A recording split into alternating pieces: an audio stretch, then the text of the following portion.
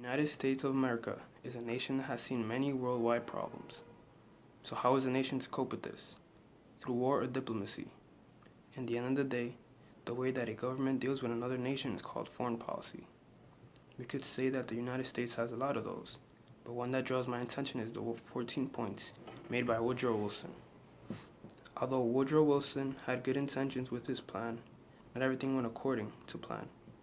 According to reference.com, points 1 through 5 attempted to eliminate the immediate causes of war: imperialism, trade restrictions, armed races, secret treaties, and the disregard of nationalist tendencies. Points 6 through 13 attempted to restore territories occupied during the war and set post-war boundaries, also based on national self-determination. In the 14th point, Wilson envisioned a global organization to protect states and prevent future wars, which would be known as the League of Nations.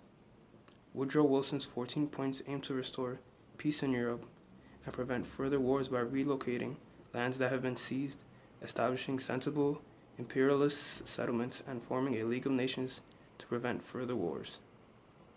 However, as the Allied forces had suffered greater loss during World War I than the US, they were seeking harsher punishments for Germany.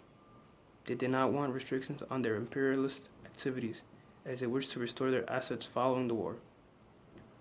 Publicly, the Allied forces declared support for his points, but many were challenged when it came to the Treaty of Versailles, as France was especially keen to see Germany punished harshly.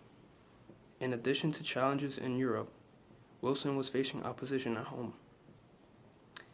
The Republicans believed he was using the 14 points as a partisan democratic issue, making them angry. These Republicans would be seen as stakeholders. This anger was further when Wilson failed to take Republican representatives to France with him for the negotiations.